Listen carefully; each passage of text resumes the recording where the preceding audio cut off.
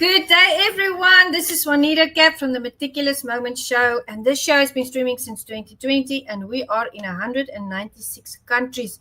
I want to say thank you so much to all the wonderful guests, all the followers, all the people that are in the Meticulous Leadership Group, all the people that are in the MAM, the Meticulous Martial Arts Mastermind, legacy building group, and everyone that was inducted in 2024. You made it an amazing event. We had such a wonderful time. Legends were in the room, and this year we're going even bigger. So I just want to say thank you to everybody who have been supportive. I've met the most amazing people on this journey globally, and we are all one big family. And what are we here to do? Meticulous Moments has always had this vision, and that is community upliftment through leadership development. And that's why I bring on this show leaders, people who are tenacious, people who know what they want out of life, who manifest, who create energy, who put in the work and the hours, and who show us that nothing is impossible and that we can do the things that we put our mind to. And one of those people that I have on here today, I met at the BKFC fight. Kevin and I traveled out to Utah to see the fights there, because one of the things that, I really enjoy is watching MMA. And also I've got great news coming up about an MMA inductee, but I'll share that later. Watching boxing, watching fighters, and bare knuckle boxing as well. I really, really enjoyed that evening. I want to say big shout out to David Feldman, my friend, because it was really a great event. Every fight was good. I really enjoyed the ambiance. The place was packed. And of course, he made time to, take a photo with us, took us backstage. So thank you so much to everybody who was a part of that. And also a shout out to the fighter that we supported. She was wearing my logo, and that's Shelby. She also won her fight. But the next morning, Kevin and I were on our way out of the hotel, and here at the elevator, I looked at this individual and I said, "Didn't you fight last night?" And guess who it was? It was Josh Dyer. And I remember still trying to shake his hand, and he showed me his fist and he said, "Let's shake with this hand." And I said, "Oh my goodness, look at that hand." But guys, his fist looked like that for a reason. He had a phenomenal fight. It was the highlight of the evening, and I was so happy that I ran into him, because guess what? He's here with us today. So without further ado, let's welcome Josh Dyer. I believe it's Josh D-Day Dyer to the Meticulous Moments show. Welcome, Josh. Hey, thanks for having me. Yeah, that was a fun time. I'm glad you took the time to say hi in the elevator. Yeah, the hand is definitely, the swelling has gone down. Thank God. Yeah, that sucker was like 3 times as big. But yeah, that dude's head was 3 times harder than I thought it was going to be. So yeah, now I know. Well, that was a great fight, Josh. I mean, we watched it and I thought, this guy is taking a beating, and I was like, I don't know how many rounds this is going to last, because one of the things I noticed about you is you didn't, and that's just from my perspective, you just came out and you just took control of the ring. Is that something that you have done continuously, or do you do every fight differently? Do you sometimes size them up a little bit more, or is that your fighting style? Sometimes I take a few moments just to kind of like get the feel of how it's going to go, and then I'll start making little reads. Like I want to see, like, all right, what's he doing with his feet? What's his hand speed look like? Is he keeping his hands too high or too low, so I can know whether I should target the head of the body? What's he trying to fake? What's he doing? Hit him with a couple feints to see what he does. But I'm just mostly just trying to catch a bunch of information in a short amount of time, and then go ahead and real quick build a game plan in my head for the next minute, right? And then I'll take in more reads as I go and critique that. And it's all about trying to find where that key fits in that lock. I'm just trying to lock. Every lock has a special key that you can win with. So that's my mindset, is I'm just going to survive as long as it takes to find his weakness and let my brain solve that problem. And we'll go ahead and try to get that knockout. And that's all it is for me. It's a real fast, like a world record speed Rubik's Cube, with our hands and all that. I absolutely agree with you. And it's good that you size them up in a different way every fight. I thought, when I watched you guys fight, I was like, you're like a Mike Tyson. You know, the moment you've put him into that framework, like you explain, it's like getting a key for a lock. The moment you put him into that framework or into that category per se, what type of fighting he's going to employ, that was the moment that you started, you know, really going out and saying, okay, well, this is the end really, because the time in the ring takes it. It really passes quickly. I speak to a lot of fighters, you know, they're MMA fighters, they're boxers, they do Muay Thai, they do kickboxing, and they always tell me, Juanita, we train for months, and then we get into the ring, and before I know it, it's over. Is that the same for you? Does it pass quickly, or does it differ from fight to fight? Sometimes it goes a little quicker than I expect. This one was one of my longest fights ever into the bare knuckle fighting championships. It felt like it was dragging on. I was like, is this going to take all night or shit? I didn't want to ruin my perfect like finish ratio, because I'm like, I don't want anybody in the world thinking they can go 5 rounds with me. Like, just know, like, if we get in the ring, one of us is going to be asleep by round 3 or 4. So yeah, I try to make it like rounds 1 or 2. Most of my fights I end in 1 or 2 rounds, and I try to like let that intimidation factor maybe keep some of these dudes away that maybe can beat me. I'm like, I don't know. I just want them scared. I'm just like, I want them like, I don't want to try. Run for the You know? hills. Yeah, so that counts as a win for me, right? If I don't ever got to fight him, I just keep beating these other dudes. That works out.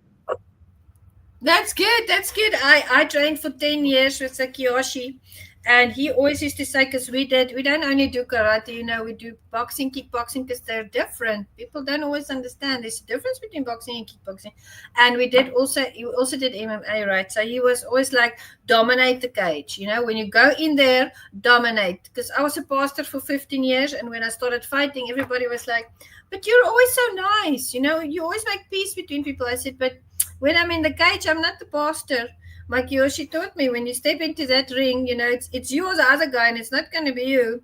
You know, you need to take that person out. But fighting is so much more intricate than people realize. It's not just about getting into the ring and starting to fight. Tell us about the things that you've learned on your bare knuckle fighting journey. Yeah, you're right about that. Fighting, the best fighters in the world understand that it's just like playing chess, you know, and you can get in there and you can do crazy stuff, you know, but you got to plan ahead.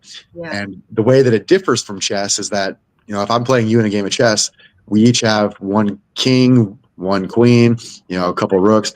But with fighting, I can show up with my own chessboard. You know, like I can show up and I could bring 10 chessboards. I could go against you. I could set up my chessboard before the match even starts so that I have you in checkmate before we even go. You know, if it's my world and, you know, on my side, and I can set it up however I want, and I don't have to fight fair. You know, like I can literally I could train so hard that I have the strength advantage, speed advantage, you know, IQ advantage.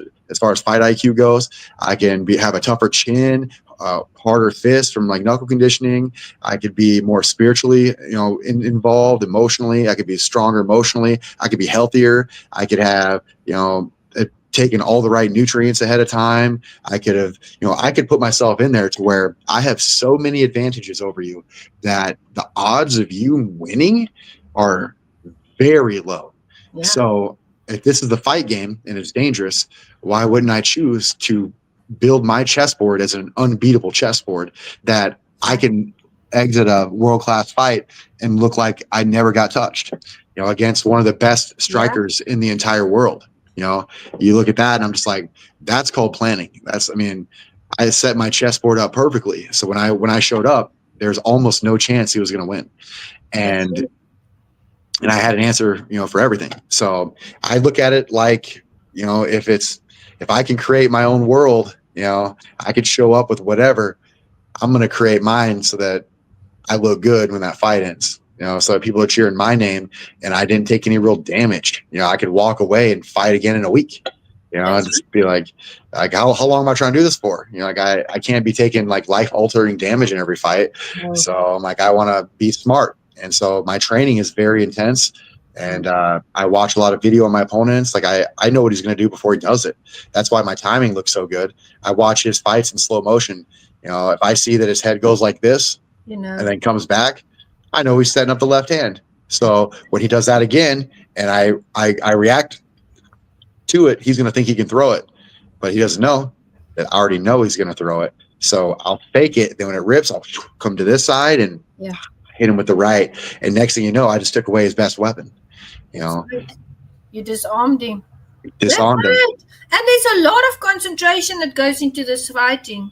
You have Oh, yeah. to think, you have to measure, you have to time. And I'm glad that you're watching the fights beforehand, because that's a good strategy, for to learn the patterns of your opponent. I've seen, and I'm not going to mention at which places I watch the fights, but there have been times that I've gone to events where I see the fighting happening, especially on the things I watch on television as well. And it's almost like the fighters don't break the line. It's like they have this pattern. They stay right in front of each other, and the one person will go in and he'll come out. You'll do the same thing over and over again. There's no combinations. They don't break the line. They don't keep it flowing. It's like the same thing all the time. And if people fight like that, I mean, they're gonna get hurt. Because getting in that ring, it's dangerous. It's very dangerous. You can get punch drunk. You can have all kinds of injuries. Now, your fist, from all the punching and taking that guy out, I mean, you should have seen his opponent. Oh my gosh! But it was only your fist. So you showed us now. I mean, you had minimal injuries, and that's very good. So what do you do to keep your hands that strong? I broke my hands quite a few times when I first started bare knuckle. So now they just don't break anymore. I've got very large hands, for my size, and they're strong already, but I hit super hard. So when I first started fighting, I broke my hand every fight, and then I would get in the ring and I'd throw it just as hard, and then it would feel broken, but it didn't break. And then the next fight, it'd feel fractured, but doesn't break. Mm-hmm. And then the next fight, you're like, doesn't even hurt really, and then you go against somebody like Mike and you have to blast him like with everything for 4 rounds. And now it's back to hurting again, but it swelled up like it was, potentially broke, but went right back down perfectly. So my fists are not breaking anymore, thank God. And they're just like, hey, that was a lot of force you just put us through there, buddy. We're going to make you pay the price with some inflammation for a week. But, so I just, lots of years of just punching faces. They get stronger. There's other ways to do it that are more technical that I absolutely should have been doing. Yeah. But I just was pretty confident that my fists were going to be strong enough. And I wish I would have strengthened them a little bit more before this, but yeah, my next camp, I'll be better. That way I don't have to worry about my hand giving out on me or anything. Well, it didn't give out on you in the fight. You got the fight done. You absolutely smashed your opponent and you walked away victorious. And of course, there's going to be injury to your hand and skin and inflammation there. I mean, that is just normal. It's bare knuckle, guys. There's no gloves involved. So I was thinking about iron palm. I know the martial artists that I work with globally, they also talk about iron palm, making those. But I mean, through all the fights that you have been conducting and been a part of, it makes me think of what my Kiyoshi used to tell us, is that every time you punch hard, because we've got these little bones, these metacarpals. Oh, yeah. Right? Every time you punch really hard, there's little bubbles in those bones. And those bubbles go away over time. They strengthen and that bone becomes solid. And I'm sure that is where your hands are at, talking about it felt broken, but it wasn't, or it felt fractured, but it wasn't. It's all of those metacarpals. Those bones are strong after all the impact of all the years. That's a lot of years of training. Now, tell the audience who you fought and, tell us a little bit about that fighter that you fought at the BKFC. Yeah, so I fought Mike the Marine Richmond. He was the current light heavyweight champion of the entire world. Very respectable man, very stoic, very good person. I've been friends with him for a long time. And we haven't hung out a tremendous amount, but every time we do, it's a good time. So we try our best to be respectful. We understood we were in the same weight division, but we're professionals, in this sport. There's no hard feelings. I mean, to us, like someone that has to hate their opponent is mentally weak. Yeah. I tell my punch to go and it goes. All right. That's how that works. I don't have to get mad and slap myself in the face 10 times to, go and hit somebody. It's, we're professionals. We're the That's best in the world for a reason. Lots of years of mastering our craft. And I've learned that it's a lot more fun just to enjoy the people that are doing the same stuff you are. Sometimes you think a lot alike. Sometimes you have like similar belief systems and you're like, oh, cool. I'm like, I like that. Like these are like my people. So if you hate all of your people, then you're gonna be a pretty lonely person. that's right. Because bare knuckle fighting isn't everybody else's cup of tea either. So you're kind of alienating yourself from some other people. So it's like you gotta at least take care of your people. That's right. And it's all about the sport, right? It's about good sportsmanship. I read a quote from one of my good friends, Carlos Machado. I don't know if you've heard of him before. He's like the godfather of jiu-jitsu. I go to his training camps and everything. And I've interviewed him on the show as well. He's a big part of what I do. And he was posting about that yesterday. I reshared it. He posted, sometimes you're the hammer and sometimes you're the nail. And what makes you a good athlete is when you realize that through the times that you're the nail and not the hammer, you learn valuable lessons. It's part of shaping you. And always good sportsmanship is imperative. I remember when I took my son to the dojo the first time, he had little friends there. He was 5.5. And by 6.5, they let them start to really fight in the cage, right? MMA and boxing and stuff. And the hardest part for him to digest was he has to go into the ring. He has all his little friends. They're friends. They play rugby together outside. They ride their bicycles. But now he has to get into the cage and he has to fight this friend of his. He has to hurt this friend of his. And then afterwards they have to get out and they're friends again. So it took me a while to explain to him that that's okay. And it's very important, like you said, we have to have friends in the realms that we work in the fields that we work in, because they train just as hard as we do. They Oh have yeah. the same goals that we do. They also have big dreams. So I'm glad to hear that you guys are friends. And what did he say to you after the fight? What was his? Did you guys talk or? Yeah, we did. He just said, "Hey, congrats, you're the champ now." He's like, "Thanks for a good fight." And I was just like, "Hey, man, I was kind of bummed out that that they stopped it like this. I Yeah. was kind of hoping that if I was going to win, that it would be, I got to finish you myself." And so I'm like, in this, my whole team felt the same way, that two winners left the ring. Like he couldn't be conquered. The ref and the doc had to tell him to quit, but he was disappointed. He wanted to keep going. Had he not been cut, that could have been a different fight. And I know that he had more to give, and he was just a very good sport about it. But we just said, hey, we'll catch that drink another time. We both had a lot of stuff to take care of that night, and then so I just went up to the cities this weekend, and we went to the Rainforest Cafe in the Mall of America, and we got to kind of go over the fight a little bit, like what we were feeling at that time, and what these punches were like doing to us. And we felt like we kind of were just joking back and forth and stuff. And I was like, "Yo, man, like I thought I had your timing down, and then you just like catch me with a left cross out of nowhere." And he was just like, "Yeah, man, I couldn't really find much of an opening on you." And he's like, I would bust you in the mouth or the ribs, and then you would just smirk at me. And it's like, I thought it didn't hurt. He's like, I couldn't tell if you were hurt or not. And like, really, my ribs still hurt from that fight. And I was like, 11 days ago, every morning I get up, I can barely get up. I'm like, Mike Richmond, oh, you got me in the ribs real good. But he's like, you had the best poker face ever. He's like, I could not tell that hurt you. And I was just like, yeah, man. I'm like, likewise, because I was waiting to close the distance on you for when I could tell one of those right hands had done damage. But out of all the right hands I'd thrown, I could never tell if he was rocked, because he just kept his composure. I was like, damn. And I know his last opponent thought he had him, and he came in to finish it and got smoked, and it was over. And so I was just like, I'm not going to be the guy that thinks I have this man rocked and run in and get right hooked into next week.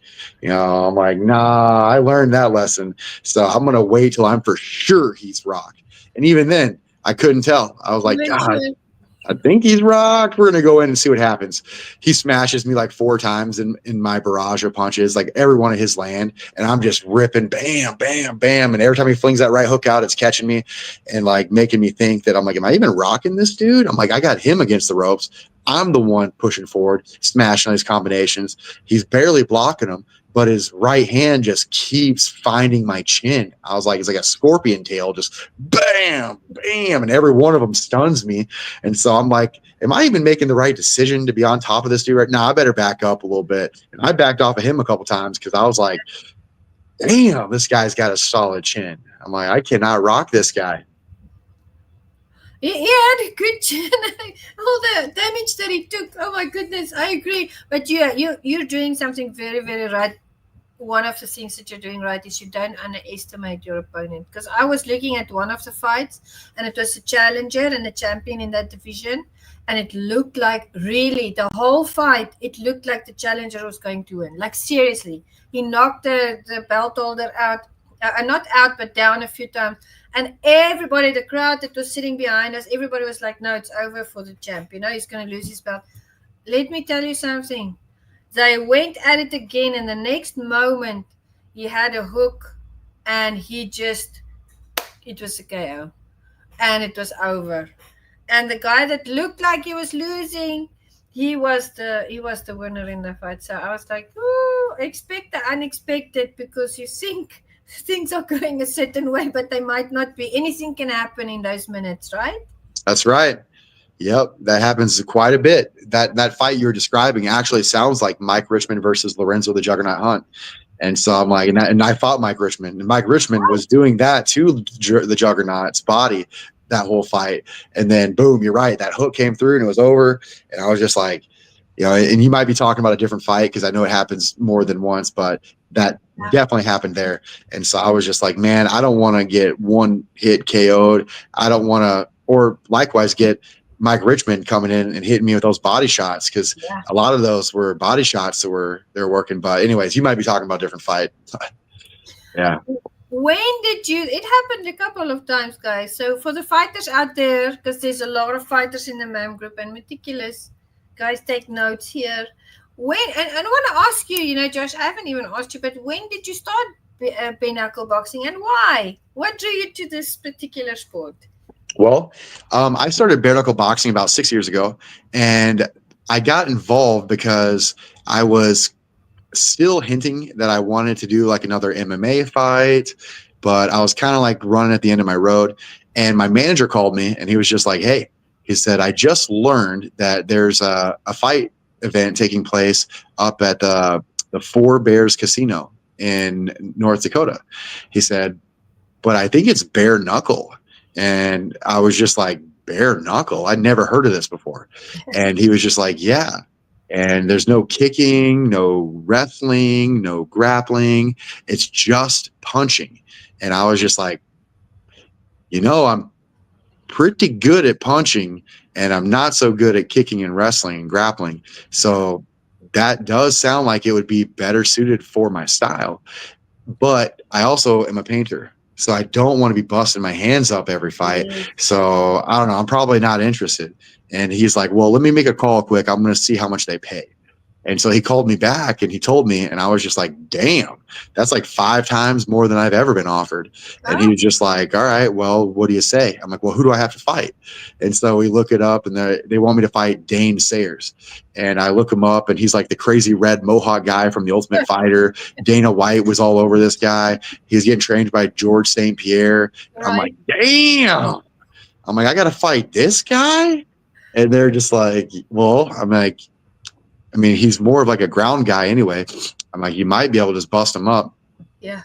And I was big into zodiacs too. So I looked at his zodiac sign, and I seen he was a Pisces, and I'm a Pisces. I'm like, fuck. So this guy hates losing in front of people. So, and then I looked, I'm like, well, how many times has he been finished? 0 times in 16 fights. And so I was just like, he's just like me. He was all like, this is going to be a terrible fight. And so I was like, whatever. I'm like, I'll I'm going to start repeating these like affirmations. I'm going to say, hey, I'm going to Yes. beat this guy. I'm going to beat a UFC fighter. I'm going to work harder than him in training, and I'm going to bust him down. And I was training really hard, and my training partner ended up breaking my nose like right before my fight. And I was just like, dang Oh, it. And so I snapped it back in my bathroom, and I was like, Googling it. I'm like, how long does it take for a nose to like heal after it's been broken? And they're like 2 to 3 weeks. And I was like, shit. I'm like, the fight's in 2 weeks. So I have to make sure I don't get punched in the nose. And I'm like, I right. don't want to, I can't pull out because I already told everybody I was doing it. Yeah. And so I was like, well, better finish them quick. And so I went out there and I was just like, well, we'll give it a shot. And then right before I walk out, the announcer comes out and he's just like, hey, just letting you guys know that we didn't have any extra pay-per-view slots for all of you undercard guys. But turns out there is one pay-per-view slot. And we're going to give that slot to whoever has the most entertaining fight out of all of you guys. And so then I looked over at my trainer and I was like, new plan. I'm going to go out there and act like a psycho.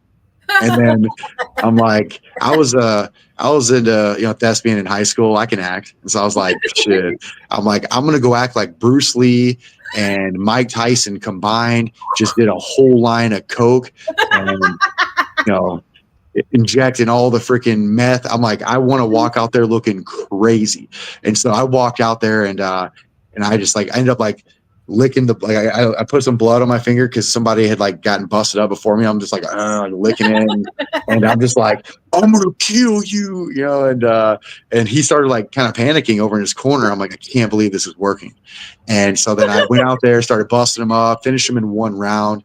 I acted crazy, and Wow. it's the most insane video ever. The comments are brutal on that one. And I'm just like, and I knew they would be. I was like, yeah, I was looking pretty tweaked out in that one. So, but because of that fight, I got a call from the Bare Knuckle Fighting Championships. They called me up and like, hey, you had like 280,000 views on this one. Wow. Good job. We don't particularly like that style, but we'll give you a shot. And so then I was like, oh, great. Well, now that I'm in, I don't have to act like a crazy dude anymore. So then Yeah. I just went out and beat Jared Warren, all professionally and the best I could, kept it cool and legit. And I went, I got beat by Lorenzo and I was the nail in that fight. But I took all the lessons I learned, changed my entire style from the ground up, forgot everything I knew. And then I went ahead and built a new style on paper. Wow. Like if I was going to be a world champion, what skills would I need? What would I need to do? And I wrote it all out, and I was like, well, if I just do this, I should be a world champion. Let's get it. Did all that, became a world champion. I'm like, sometimes it just takes a good little plan. You got to put it all down, get a little creative, create something of your own, Yeah. instead of, copying everybody else's style. I just built my own, and people are having troubles figuring it out because I built it to be full of traps. So it's like I built a perfect style so that everything I do, is meant for you to feel a certain way, and then that feeling that you feel is going to cause you to act a certain way, and that is going to translate to one of my traps that I will set for you. So it just works out, and I enjoy it. I'm a bit of a nerd. It's like I like to think about 5 steps down the road. I'm just like, yeah, we're gonna get this guy. You're gonna take your opponent and you are definitely gonna end the fight, and you are in control.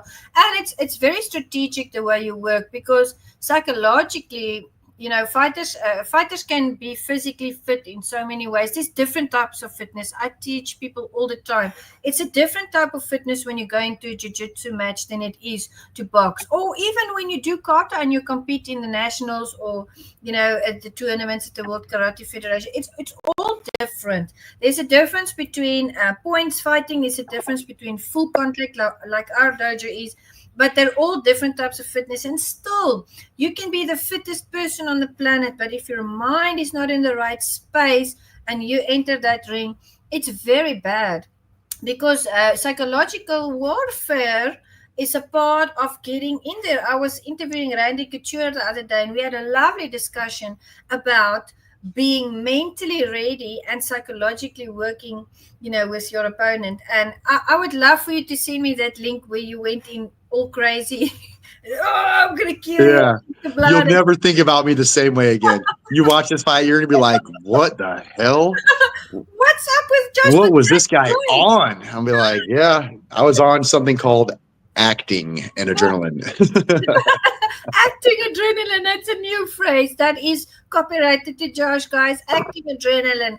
So use that and employ that in your fighting.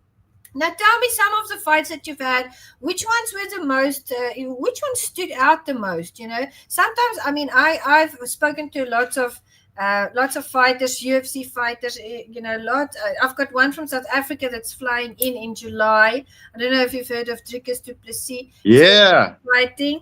Yes, he's fighting in August, and he's also a MAM inductee. I'm going to be going to Chicago to give him his trophy, but what fight has stood out for you in the sense that maybe you didn't feel as prepared, but you still went in and it kind of turned out well, or maybe not well, because sometimes you do everything you can. If you watch Jesse in camp, his brother is a fighter as well.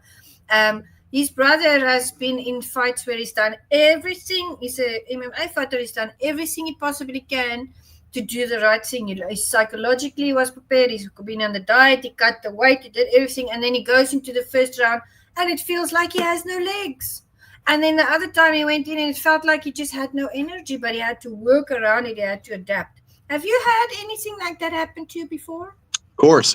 Yeah. So showing up on fight day at your peak in every single area is something that takes decades to figure out. There's so many things that can go wrong. You don't sleep the night before because you're nervous, or you get sick. The rehydration doesn't work very good. You cut too much weight.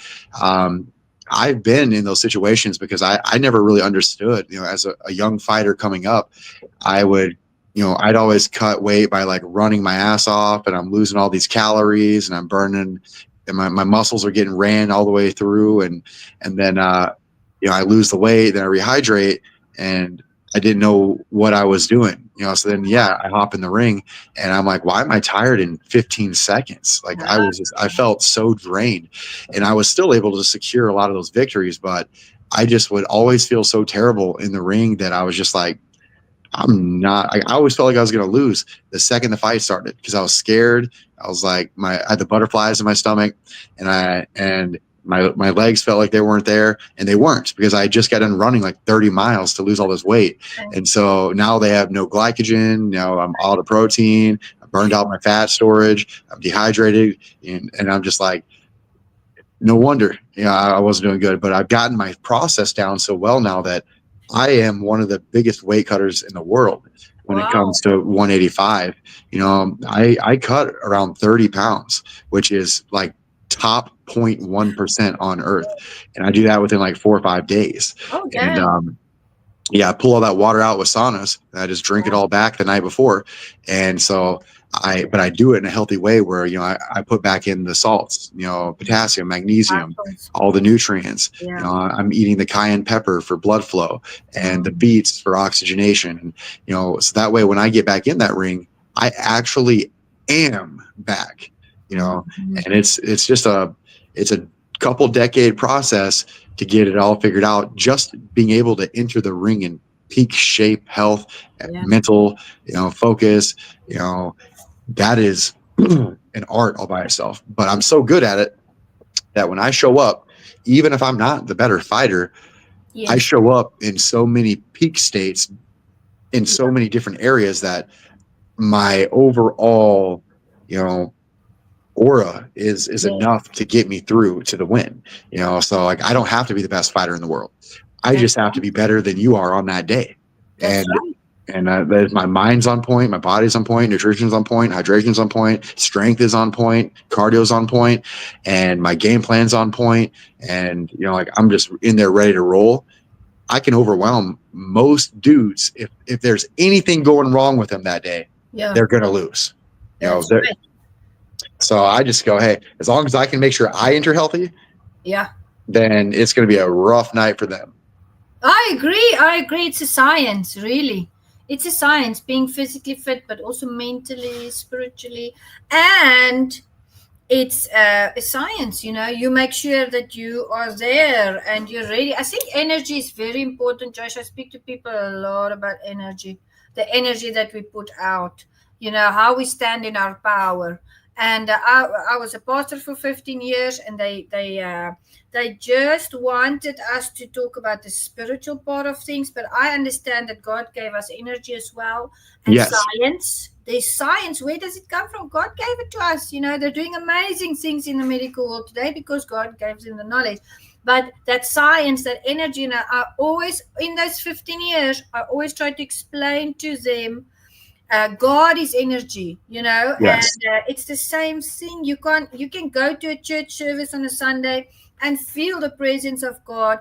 You feel His energy, you feel Him working in your heart. But I go to the dojo and I'm training and I feel that same energy. I don't have to separate the two, So, just for those people watching, it's very important what energy you carry. Is it positive energy? Is it uplifting? Are you standing in your power? And I think that's something that you really do well, is you go Thank in and you. you stand in your power. You I know who do. you are, you know what you're there to do, and you do it, and you adapt in that fight, like a chameleon. You adapt. If you see that weak point, then you go for it, and that's what you do. And I think that's a very good thing. You've got a bright future ahead of you. How Thank many you. fights have you done in BKFC? Well, I think that was my seventh bare knuckle fight, but I think only six of them were in BKFC. So Okay. I'm getting kind of lost on the numbers, but I did Dane Sayers and Valor, and then I started Warren all the way to Richmond in BKFC. So Good. it's been a while, I've been doing this for a little bit, Yeah. and you're right. I do feel like a chameleon. Like I blend. My goal is to when I show up to fight, I'm just like I want to be so deep into like the thought process of what you're going to do before you do it that like I'll envision being that person, and then what their coaches would say to me if they were watching my videos. And I'd be like, okay. So their coaches are probably like, hey, this guy comes in a lot. He's really aggressive, but he doesn't fight as well off his back foot. So let's push him forward. Right. And then I assumed that fighter would be like, that's a great idea. Let's work on like fighting going forward. So then I will then begin training myself to work on fighting going backwards, and so that I can catch you doing what you think is the best position for you to be in, and I'll have a trap waiting for you, a fight-ending trap. And that's what I set for Wild Bill when I got my 46-second knockout in Sturgis. Is I assumed that he was going to try to push me backwards, which he did, and I allowed him to. And he walked right into my switch hitter check left hook or check right hook, and freaking boom, slapped him. And I'm just like, hey, that's how deep I get into this. Like I am wherever you're going, I'm already waiting there with my most dangerous weapon. So you just realize that you already made a mistake signing this fight against me. Like I am very, very, very, very like Meticulous. meticulous in how I prepare. Any advantage, like I wear barefoot shoes everywhere so that it strengthens all my foot muscles individually. Okay. And like as like in your calves get built, like I can't even wear these for more than a couple hours when I first get them, because they force your foot to do everything that your foot was ever meant to do. Oh, wow. And pretty soon, I can walk on my toes like a ballerina everywhere I go, and my legs don't get tired. I can, do on the heels, all that. Now, when I'm in the ring, I move around at times almost like a little tap dancer. Like I can just, my feet understand how to flex to get me to move faster, in and out, and I can just get places quicker. So then a lot of times people get caught, because they're too slow. And I'm just like, I really think about everything. Like Yeah. I really try to make sure that when I roll through, like I am so much ahead of you, like you're not even in the same league. And then that once again that builds my confidence up, because if I train to be leagues above my opponent, then I Yes. know that even if anything goes wrong, I'll be freaking totally fine. And so then I just feel happy, I feel confident, my aura is positive, and then I feel that they notice that. Mm-hmm. They register that, Sense it. and they start doubting themselves, and they're like, why is this guy so chill? why is he so What does he know confident? that I don't? Yeah, why does this guy look so jacked? Like, this is not what I thought I was getting myself into. And then hopefully he goes home and doesn't sleep well that night and he's Yeah, crying. all stressed. What's that? And they get all stressed. They're like, Yeah, now he could, if he comes to the fight the next day, even if he's the best fighter in the world, if he didn't sleep that night and he comes to like stressing out over me that's and right. I slept like a baby last night, like, dude, you're already, instead of an A plus, you're gonna be like an A minus. And sometimes a whole letter grade is all it takes. You know, That's right. maybe that evens out the fact that you were better than me. And now we're just even, but I'm tougher than you. So let's find out. Absolutely agree with you. Meticulous planning right there. Winning recipe and tenacity. And just staying in your peace and in your calm. And I call it the flow. Because I love fighting. I love everything that I do. I get very excited about, meticulous moments and and training and everything. But most of the time, I'm in my flow. I go with the flow of my day. I trust the universe. I just roll on, and I like to be in my peace, in my personal peace. And I think that's something that really got me through all the things that I've had to go through. It's brought me out okay on the other side. So being in that energy, being in that flow, and just resting in it. You've done everything that you could do. Now just go in and enjoy that fight. Let's talk a little bit about training and diet. Because you mentioned that you're in the top 1% of people dropping. Is that just the water? Is it the sauna, or is it the food that you eat as well? What's the go-to food for fighters? Because there's a lot of fighters that's going to be watching this. Yeah. So yes, I walk around. I build a lot of muscle right off the bat, and what people don't realize is that muscle is roughly 80% water, and what that means is you can pull that water out of those muscles. You just have to know what you're doing, and so I always build larger muscles than everybody that I'm fighting. So then I have a larger water pool to pull from for my weight cut.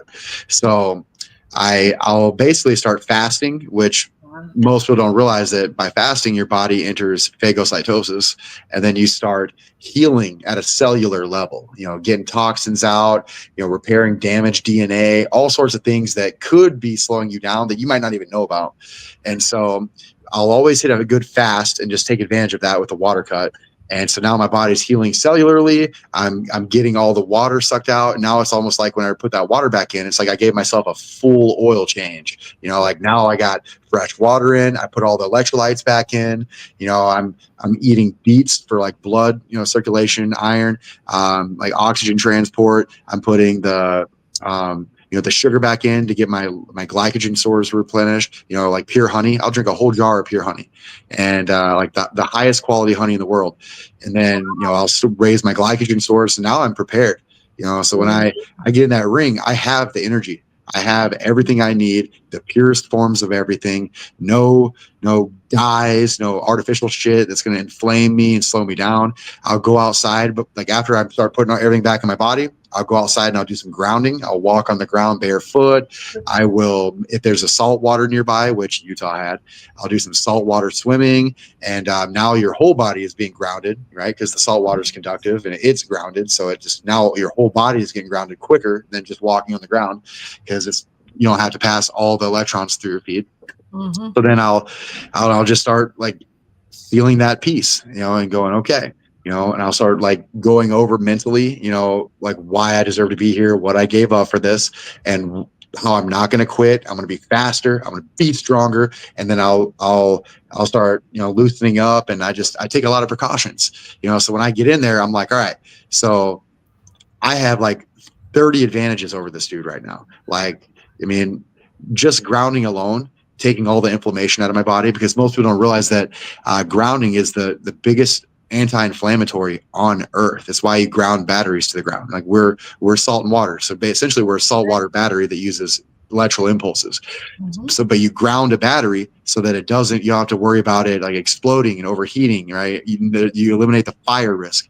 Well, since your body's a battery, fire in your body is called inflammation, right? So if Mhm. you're always wearing shoes and you're never connected to the earth, or there's no way for you to discharge that, well, now your immune system's getting taxed. You got all your cells can't send out signals and let things in and out through the receptors as easily when they're full of inflammation. So I'll walk outside, ground my body to the ground, get the free electrons, get rid of all my inflammation, and now my body's quick. My impulses are going quicker. I'm like, everything's flowing. And now whenever I'm trying to counterstrike someone, if they're all inflamed, and everything they do takes longer than when they throw their punch and I'm over here and then I rip my right hand and you're wondering how I did that so fast, and the announcers are like, that was fast. I'm like, yeah, it's because I'm entering without hardly anything slowing me down. If you don't even have to be the best in the world, if you just enter without like anything slowing you down, like say you busted the knots out of your muscles and you grounded yourself. Well, now that your muscles have no knots in them, they're going to be more elastic. They're going to be a little bit more receptive. They can take more damage. They're going to be more explosive. So, get a good massage, align your back, make sure you have the right electrolytes so your nerve impulses can fire. And then, because we're getting down into a battle of milliseconds, right? Like we're like, how much faster am I than you? If my eyes see that punch coming, they got to send that signal to my brain. That's right. My brain has to process that problem and then send the answer down to my body in a way that we can all work together to make it work. All that takes time, and all that, it also takes electrolytes and minerals and vitamins and a little bit of sugar. So you have to give your body everything. And so I said, you got to give it all in and you got to take out all the shit that slows you down. And once you do that, you start popping off like a brand new computer with no tabs open, no viruses, no nothing. Speed. And then it's over, guys. It's over. If you get in that ring like that, it's over. Honey, I know I heard about the honey thing, but I didn't know that you could consume so much of it at a time. But I know it's a wonderful source of energy because it's slow releasing, right? It's not going to give you that spike and then all of a sudden you feel like, oh, I got no energy left. So oh my goodness, I'm taking so many mental notes on everything that you are doing, and I think this is wonderful content for the audience. And I just want to say thank you for making the time to be here. You're a MAM ambassador now, Josh, and you are also going to be inducted into the MAM Hall of Fame in Dallas, Texas. You deserve it. You fought hard for it, and you're an inspiration to people out there. So thank you so much for everything. I'll send you all the details. I'll send you your confirmation, and just thank you for being inspiration to people and for pressing on, because I know life is not easy. I know we all face obstacles. It takes a lot of courage to stay in that wonderful mindset. I mean, you have this energy. To me, it's like you don't get into the ring or up in the morning and say, I want to be, or I'm going to. You get up and you say, I am the champ. I am going to win. I am going to be the boss of this day. I'm going to do it. And I think people can learn a lot from that, because many people, they get discouraged before they even begin. Exactly. Right? Yep, you're right. And that's 90% of the reason why people fail, at least. So you gotta trick yourself into believing it. I mean, whatever it is, if you can't get past your own mind, then you already lost. So you got whatever it takes to get over that first hurdle. You just got to do it, and then you can figure out the rest as you go. Amen to that. Thank you so much for everything that you are doing out there. Remember to send me that link when you went like, oh yeah, I'll try not to forget. I'm going to tag you in this. And thank you so much for the honor to interview you. And I know there's a lot of things coming up. We'll be doing some projects together. I always like to bring all the people together, the champs. And, I'll definitely be sharing this out to Randy and, Drickus and some of the people that I know. And just thank you. God bless you, and stay in that positive energy. And I know there's a lot of good things coming for you in your career. So God bless you, Us. Thank you. I appreciate the heck out of that. God bless you also. And you do the same. Positive energy all the way. We're going to take over. You got it. We're going to take over. We're going to dominate. Have a beautiful day. Yep. You too. All right. We'll see you. Bye. See you. Bye.